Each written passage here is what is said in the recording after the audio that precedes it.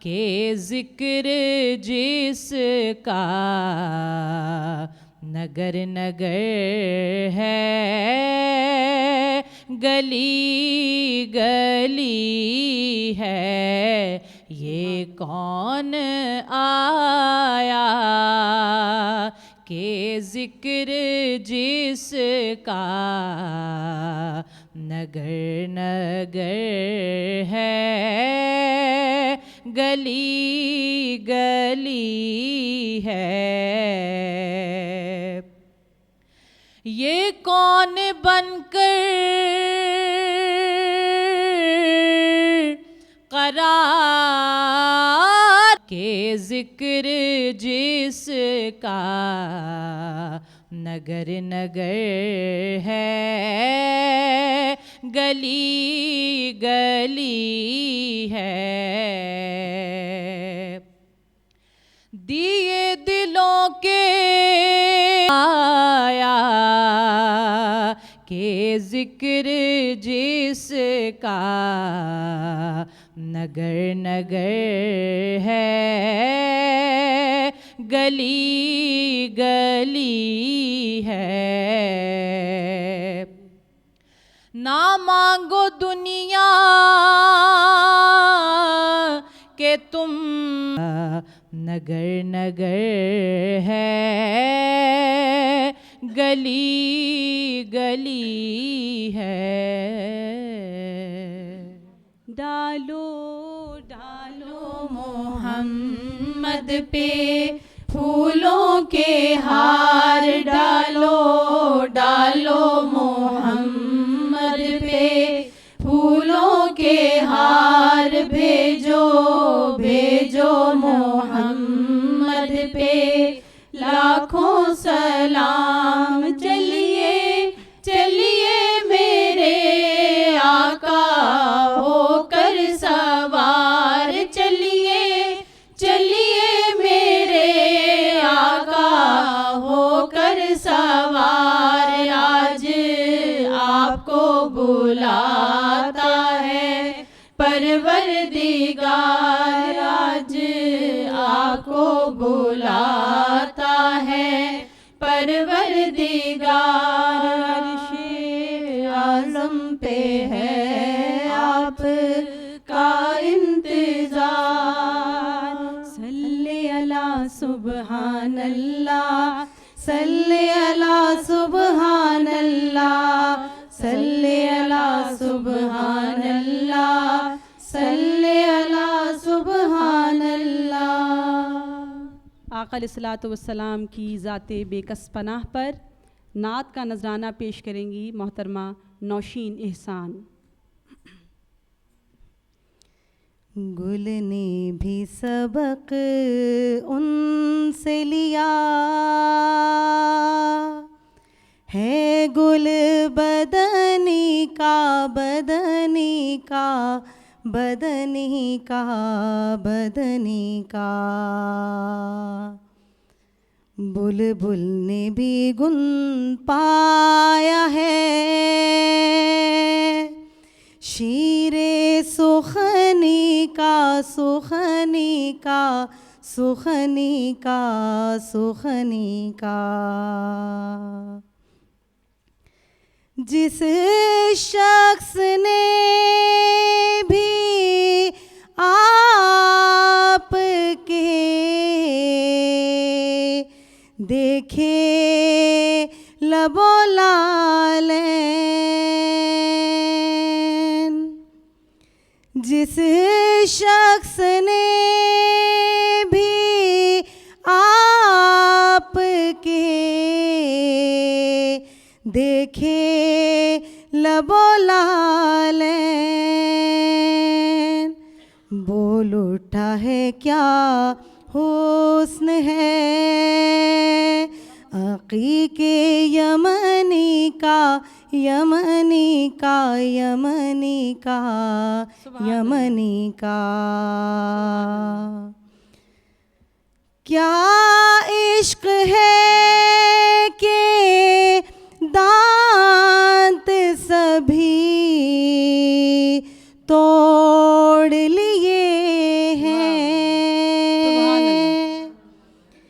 کیا عشق ہے کہ دانت سبھی توڑ لیے ہیں، خلعت ہے یہ انعام ویسے کرنی کا، سبحان اللہ۔ کرنی کا، کرنی کا، کرنی کا۔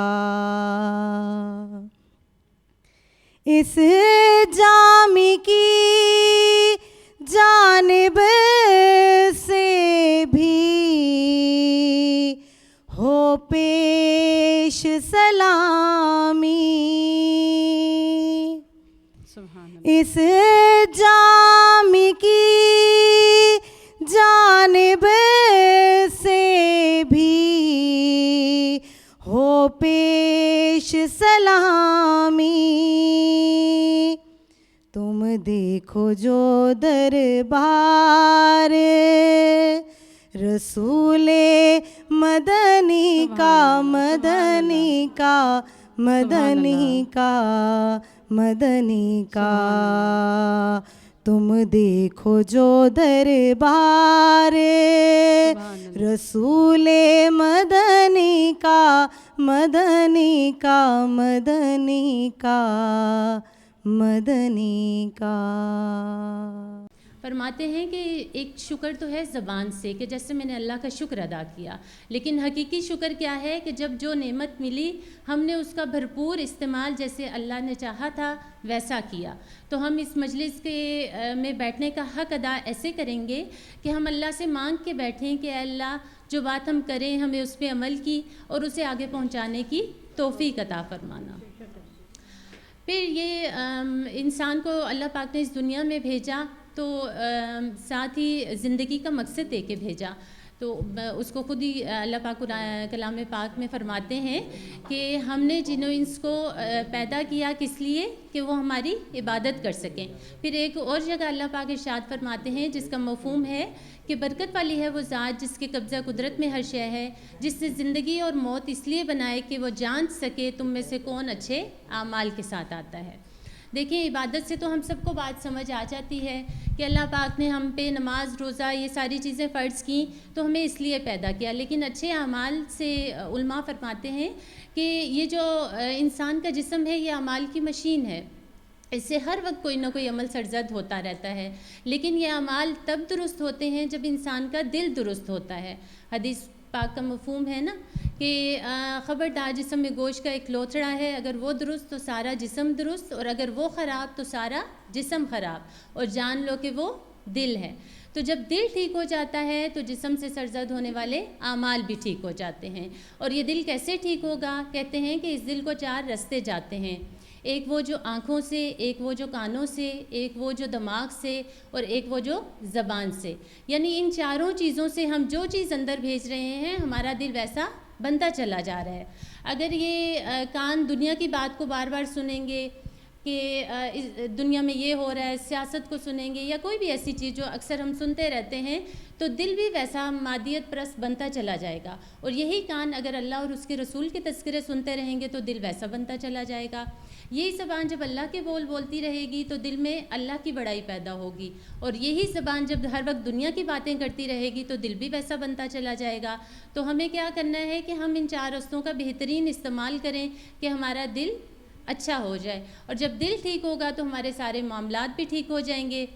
اور جب ہم اچھے اعمال اللہ پاک کے پاس بھیجیں گے، کہ فرمایا جاتا ہے نا کہ جب انسان اللہ کے پاس وہ اعمال بھیجتا ہے جو اللہ کو پسند ہے تو اللہ بھی بندے پہ وہ حالات نازل کرتا ہے جو بندے کو پسند ہے۔ لیکن جب اللہ پاک کے پاس ہم وہ اعمال بھیجتے ہیں جو اللہ کو ناپسند ہیں تو اللہ بھی بندوں پہ وہ حالات نازل کر دیتے ہیں جو ہم بندوں کو ناپسند ہیں۔ تو اس دل کو روشن کرنے والی جو سب سے پہلی چیز ہے جو ہم سب جانتے بھی ہیں کہ وہ ہے ایمان۔ کہتے ہیں نا کہ ایمان اندر کی چیز ہے اور اسلام باہر کی چیز ہے۔ جب اندر کی چیز بنے گی تو باہر کی ساری چیزیں بنیں گی۔ اور ایمان کیا ہے کہ ہم سب نے بچپن سے سنا، ہم نے ماں کی گود سے ہی کلمہ لے لیا، لا الہ الا اللہ محمد الرسول اللہ، کہ اللہ کے سوا کوئی عبادت کے لائق نہیں اور محمد صلی اللہ علیہ وآلہ وسلم اللہ کے رسول ہیں۔ اب یہ کیا ہے کہ یہ ہمارا عقیدہ ہے کہ ہم اس کلمے کو بولتے ہیں، جانتے ہیں اور مانتے ہیں، لیکن ہمارا ایمان تب بنتا ہے جب یہ کلمہ ہمارے دل میں اتر جاتا ہے. اور دل میں کیسے اترتا ہے؟ جب ہم اس کلمے والی زندگی کے اندر اپنے آپ کو لے کر کے آتے ہیں. تو کہنے کا مقصد یہ ہے کہ اقرارم باللسان مقصود نہیں بلکہ تصدیقم بالقلب بھی مقصود ہے. تب جا کے مومن بنتا ہے. اور یہ سب چیزیں کیسے ہوتی ہیں؟ جب بار بار ہم اللہ کی بڑائی کے بولتے ہیں اور ایسی مجلسوں میں بیٹھتے ہیں کہ اب جیسے اللہ پاک ہمارے خالق ہیں کہ پوری کائنات کی تخلیق اللہ پاک نے کی، کتنے انسان بنائے، لیکن ہر انسان دوسرے انسان سے مختلف.